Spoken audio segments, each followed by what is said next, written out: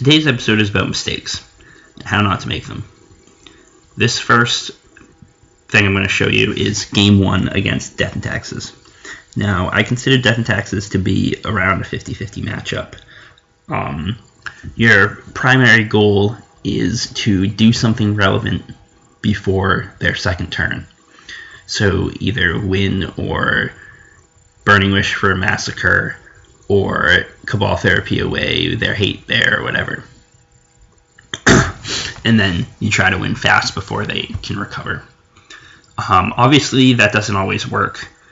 DDFT grinds pretty well, so you can slog through a Thalia or, whatever. If they don't have a Thalia, obviously the matchup is basically a bye. Revoker can be a pain, but you can get around it. Sometimes they'll Revoker on Sensei's Divining Top if they see it, and you let them, and then you can just go off without it. So lots of different ways to get around the deck, but Thalia Game 1 can be a big problem. So anyway, we'll take a look at this match, and we'll talk about some of the mistakes I made. I think there's one minor mistake, and then there's one glaring mistake. So let's take a look. So that opening hand, obviously I don't know what I'm playing against, but the opening hand is decent. It's got a lot of the makings of a swift kill. And we got probes to see what my opponent is doing. So he starts off with a Flooded Strand and cracks it for basic planes and plays Mother of Runes. So I know something a little interesting is up because he's playing fetch lands, which is pretty unusual. But it's obviously not Miracles. It's obviously Death and Taxes. So my game plan is pretty clear, which is to try and win fast. So because I drew a second land,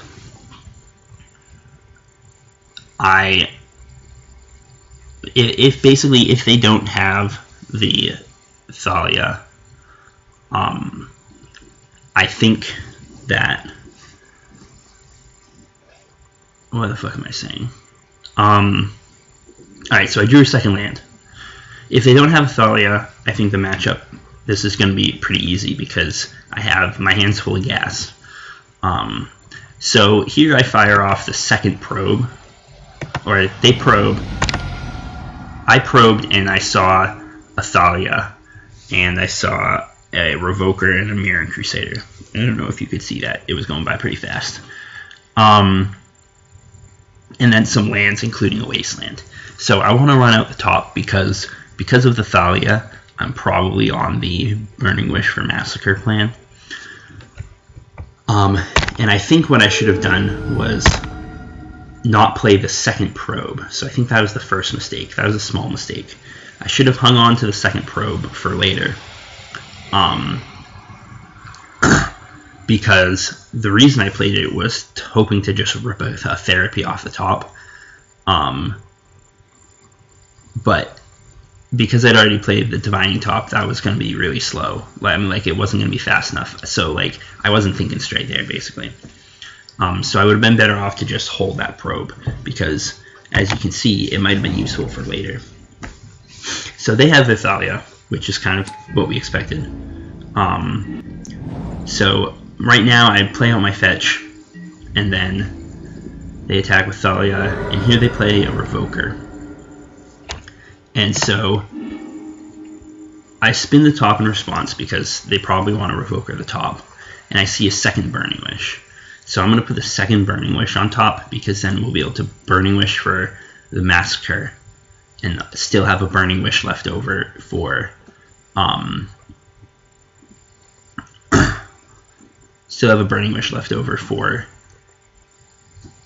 to find my Doomsday. Now, so I do that, and then I tap the top to draw, and then I crack the fetch. And here I think I made another mistake. No, I didn't. Never mind. So I grab my Volcanic Island, because after I Burning Wish for Massacre, then I'll have the a blue mana source that I could brainstorm into a Doomsday, like to draw into a Doomsday pile. But they have a Wasteland, so they end up wastelanding my Volcanic Island on their next turn. But anyway, here we Burning Wish for Massacre, and that's going to slow them down because they're not going to want to play any other creatures into Massacre. So it gives us potentially an opportunity to, like, it gives us a potential window where they don't keep trying to pressure us. So there's an argument here for holding the Massacre for another turn or two. Probably not two, but one more turn, because it'll buy you some, like, a little bit of time, because they won't try to put pressure on you. I think if I was at a higher life total, that would definitely be an option. As it stands, I think you buy the same amount of time by just massacring on your turn. But anyway, that's beside the point. So they come in because they know I'm going to massacre, so they come in with the mob. And then they waste my bulk, which is kind of a pain in the ass. And here I draw a Doomsday. So obviously, if I still had the Volcanic Island, they would just be dead after I massacre. But I don't. So what I should have done was just fire off the Doomsday. Just go Dark Ritual into Doomsday right here. Instead, I played Duress for some reason. I think my thinking was that I would just wait, like, to draw a blue mana source. But that's kind of retarded, because I can Dark Ritual and into Doomsday, and then play my Lion's Eye Diamond and make a pile that's like Sensei's Divining Top, Ideas Unbound, LED, Probe, Lab Maniac, and I make a Maniac pile. And then I'll still have that Duress in my hand. So on my next turn, if they don't Wasteland or Port me or whatever, I can Duress and see if they have a path, and then go off of the Lab Maniac pile. If they do waste or port me, I still can go off, and I can still beat one path just by leaving the Divining Top untapped to draw. And because they don't have a threat, like they still have the I guess they still have the Crusaders, so, or whatever the fuck that thing is, the 2/2 double strike pro black red guy. Anyway, but basically I have one turn where I can make a pass a turn pile, and I don't take the opportunity. The pass turn pile could be disrupted if they rip a Revoker or a Thalia, but waiting to kill with Brainstorm can also be disrupted if they rip a Revoker or Thalia. So I'm better off just going all in, which I don't do. And then they play a meaningless threat, Crusader, it was Crusader, and I don't draw a blue source. And then they attack and play a Flicker Wisp, and I still don't draw a blue source. Here it comes. Still don't draw a blue source, so I lose. And I could have won. So that is a big mistake. So don't do that. Knowing when to go for pass the turn piles and when to wait is very important. And here I think, like, a lot of the times, waiting is better, especially against like more reactive decks. Against more proactive decks, it's better not to, because they have to have it. I mean, that sort of applies to blue decks too, but like, I guess I don't know what I'm saying anymore. In that situation, you're definitely better off going for a pass turn pile. So like, I probably blew that. So this game is against Miracles. So I'm just going to let it go for a while, because there wasn't a whole lot. My hand was a little slow. There wasn't a whole lot going on in this first game for a long time of it. I'm basically spend my time trying to find some gas and trying to work through the counter magic. So they slam a counterbalance. which is a pain in the ass but not unbeatable. And in response to their Ponder, which I knew they put on top with a Brainstorm. That was when they brainstormed earlier in my response to Duress. I had seen the Ponder, so I wait a second, what am I thinking? Fucking, let me go back. This shit moves too fast. Fuck that.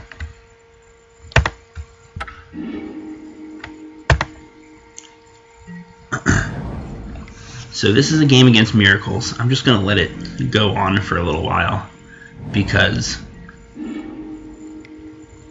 there wasn't a whole lot going on in the beginning. We're kind of just vying for resources. He has some counter magic, and they have a path. So, I mean, not path, swords. So I'm kind of just try to work through it. Now, I expected a counterbalance because of the Brainstorm and because they left the Force of Will in their hand. So I'm just going to try and find some business spells.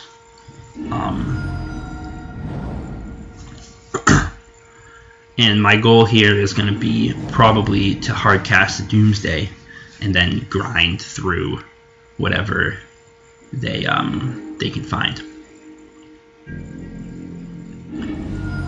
Now I got plenty of Ponders, so I'm not so worried about the counterbalance. I'll just throw them into the counterbalance and eat some of their resources. And since they still don't have a top, I still consider this game to be fairly winnable. So those Ponders are resolving, so my Divining Top will resolve, which is really great. Having a top on the field makes playing through a counterbalance much, much easier. And I found a Ritual also. So now they play a second counterbalance, which is kind of another huge pain in the ass. But I'm just going to keep digging with the Divining Top.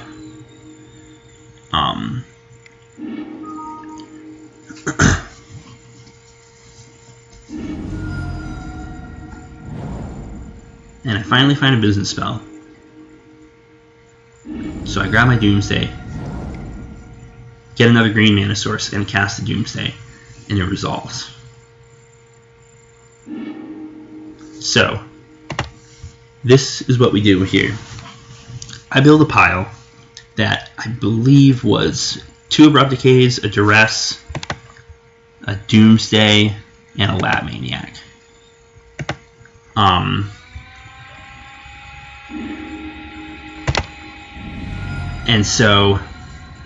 And I go down to 8. So this is a pile where I anticipate passing 5 turns before I win, and just accumulating cards in my hand. Because they don't have a significant threat, I can do that. So I think the mistake was probably putting the Doomsday in the pile here. I think I probably should have put a second Duress in the pile. The Doomsday was there so that I could make a new pile and shuffle all that crap together. Or not shuffle, but make a new pile with Decays and Duress in it if I needed to. But obviously that takes a huge chunk out of my life total, and I risk getting aced by like a Snapcaster Mage or a fucking Mentor. So we'll see what happens here. They play a land, and now this is an interesting thing to note, is that Miracles doesn't have a great source of real card advantage except for Jace the Mind Sculptor. A lot of them aren't playing Predict anymore. Also worth noting that Predict would have been a bit of a pain in the ass against me. But anyway, so they're just drawing cards. And since my Doomsday resolved, I know that they don't have anything relevant. They do have probably a Swords to Plowshares, but because they have no clock, we can beat one piece of removal with a Lab Maniac pile by not tapping the Divining Top immediately and tapping it in response to whatever piece of removal they have. So anyway, they play a Divining Top, and I decay one of the counterbalances in response. I think that this probably was still not the right play here. I think, especially now that they're so low on cards, they have the Divining Top to draw, but they found a third counterbalance, which spurs me to make the play that I do on my next turn, which I believe was a mistake. So I decay another counterbalance, and I spin the top, and I put the Doomsday on top, and then I cast it off the ritual. Now the ritual was so that they would, I was hoping they would flip their top and put that on top to make sure that the Doomsday resolved. They flip top to counter my ritual, and then I know Doomsday is going to resolve. But they had another, or they I guess the ritual actually did resolve, and then Doomsday. So anyway, I think casting the Doomsday here was ill-advised. It cuts my life total down to 4, which is dangerously low even against miracles. Because if they can just find a clock, then I'm going to be having a bad time. And they're going to have another 5 turns to find that clock. What I should have done was just keep waiting, and try to cast the Lab Maniac into the counterbalance, because they there's not anything like 3 is kind of a gap in there in Miracle's mana cost curve in general, which is why my Doomsdays keep resolving. They obviously don't have a lot of counter magic. So I think the better choice is to just wait 2 turns and try to push the Lab Maniac through the counterbalance, rather than cast Doomsday and build a pile that can remove their lock piece but gives them another 5 turns. So we'll just watch what happens from here, because it plays out exactly in basically the worst case scenario. I think I was a little overzealous with my Abrupt Decays, and I think I don't know why I Abrupt Decayed the Divining Top there. Oh, it was because they tapped to draw, so I tried to eat their top. But then that left them with a counterbalance still on the field, and they have a Snapcaster to pressure my life total. So I think the way I played that out was a little bit iffy there. I should have just waited to draw my Decay, and then decay the Snapcaster, and then draw the second decay the counterbalance, and hope to just push the Lab Maniac through finally. But we blew it, and I end up dying to Snapcaster beats. I hope all that made sense. That was kind of complicated and a weird Doomsday pile, because we had to try and get through double counterbalance. It goes to show in some ways how resilient Doomsday can be to lock pieces. But you do need to play to the odds, and the odds favor not giving the Miracles player 5 more turns. But I was, tempted by the more interesting line of casting the Doomsday to try and break through the lock again. So now we're on to game 2 of that same Miracles match. I've been trying a somewhat different than normal sideboarding plan against Miracles, where I leave. So previously I would take all my Burning Wishes out and bring in the 4th Doomsday, the Infernal Contract, and my Tendrils for my sideboard, as well as the 2 extra Abrupt Decays and the 8th discard spell, and the Sheldock Isle and Emrakul package. And I go down to 3 lines, I diamonds, and I think I usually drop a Ponder also. In the past few games, I've been leaving my Burning Wishes in. I cut 1, so I have 3 Burning Wishes. but I've been leaving the wishes in to try and have a higher threat density or business spell density, and I'm not sure that that's really where you want to be, because Burning Wish often leads to cracking Lion's Eye Diamonds at bad times to pay for the Doomsday that you get. So I'm not sure that that's really what I want to be doing, and in fact lately I've even been thinking about dropping all my Lion's Eye Diamonds post-board against Miracles, which cuts off your ability to win quickly if you catch them with their pants down, so it's probably not a good idea. But most games go very, very long, and not having Lion's Eye Diamond, it would be okay because it means you never have to discard your whole hand. And card advantage is good against Miracles. So, here we go. This hand is fine, so let's just keep it, get the top out. And my general game plan against Miracles after sideboarding is to run out an early Doomsday and win with Shellbuck Isle Pile. However, there was not that my Doomsday was not going to resolve if I tried to do that. So here we're just going to wait, and I'll just try and dig for discard or something with my Sensei's Divining Top.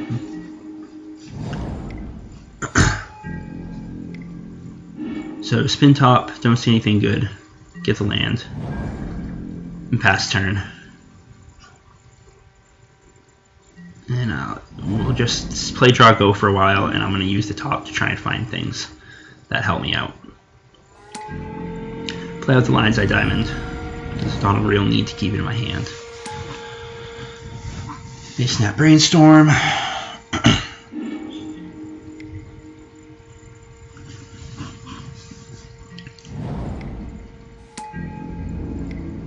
Now, here's an interesting point. This is where they play the second Sensei's Divining Top. Now, since they still have mana up and could be representing Counterspell or Red Elemental Blast or, you know, whatever, they playing the Divining Top, the second top, is not like bad for them, and it would let them draw a card and then shuffle the Divining Top away and still have a second one. But they also played a Brainstorm and hid something on top of the deck, and that's sort of important here.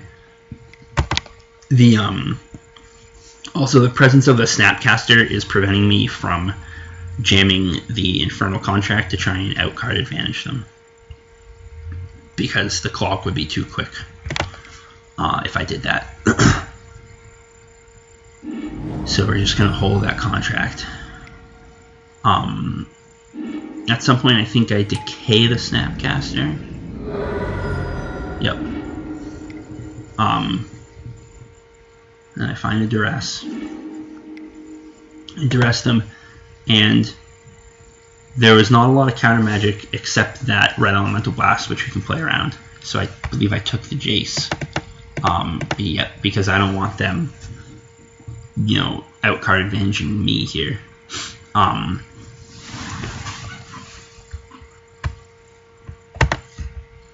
And now I play the Doomsday, and they play a Flusterstorm, which they were floating on top, which is fine because I have the mana to pay for the Flusterstorm. But here, I probably should have just let it resolve. I mean, just let the Flusterstorm counter my Doomsday, because I still have the Infernal Contract that I can draw more cards with next turn. But instead, I crack the Lion's Eye Diamond, discarding all those useful cards in my hand, and pay for the Flusterstorm, and that second Divining Top was floating another counterspell.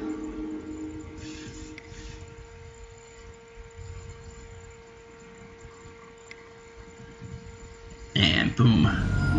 There it is. Force my Doomsday. So I fucking gave him the old tilt and scoop here. I rage quit.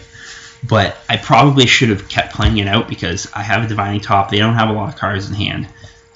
The potential for me to find another black mana source and then hard cast a Doomsday is still there. But I played kind of crappily, so I scooped. But obviously, cracking the Lion's Eye Diamond there, it was extremely ill-advised. Because I still have a draw 4 in my hand. The potential, I still have a Lotus Petal to make red mana if I found a Burning Wish or something. The potential for me to just find another business spell is pretty high, especially with that draw 4. So there was really not a good argument for trying to pay for that Flusterstorm, I don't think, at least in hindsight. The fact that they only have